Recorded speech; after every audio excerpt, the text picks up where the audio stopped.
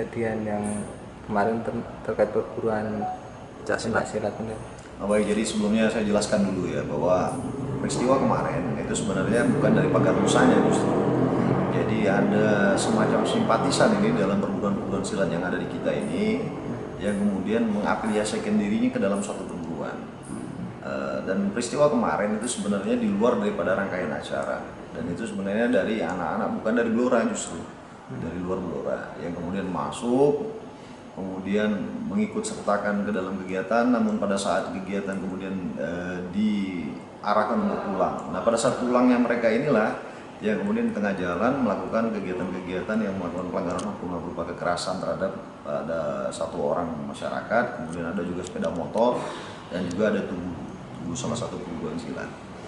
Nah, terhadap peristiwa itu tentunya kita akan melakukan tindakan tegas. Jadi saat ini kita sudah melakukan penyelidikan dan identifikasi siapa-siapa yang melakukan, kemudian akan kita proses hukum.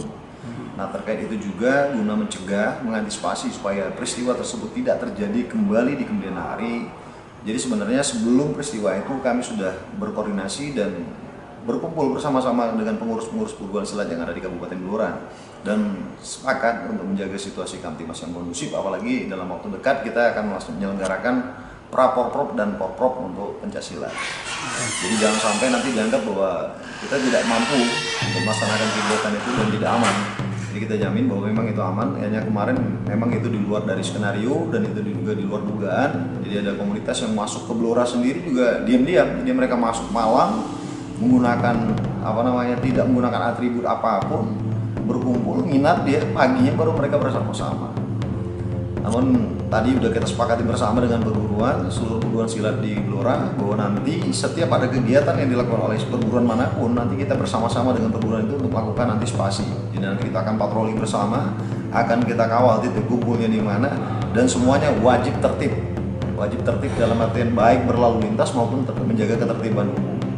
Jika ada pelanggaran hukum maka akan kita proses, dan ini juga kita udah bahas di tingkat Forkopimda dengan Pak Bupati, dengan Pak Dandim.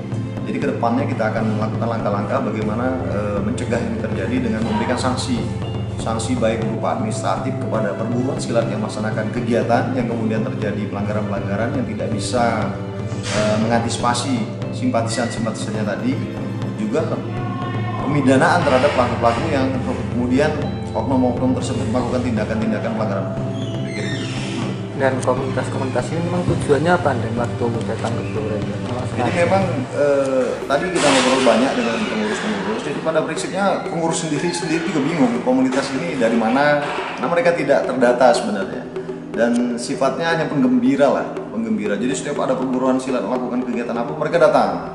Kemudian beramai-ramai konvoy. Jadi sebenarnya lebih kepada euforia untuk konvoy di jalan, euforia untuk anak-anak muda untuk mengeksistensi dirinya lah. Namun kita juga tidak bisa membiarkan itu terjadi. Tentunya kita harus melakukan langkah-langkah pencegahan dan juga tindakan-tindakan tegas terhadap perilaku-perilaku yang menyimpang. Untuk pelaku yang kemarin mana? Saat ini masih dalam proses penyelidikan dan anggota lagi jalan, lagi mendata untuk identifikasi pelakunya. Kita juga mengumpulkan bukti-bukti baik CCTV maupun video-video yang beredar.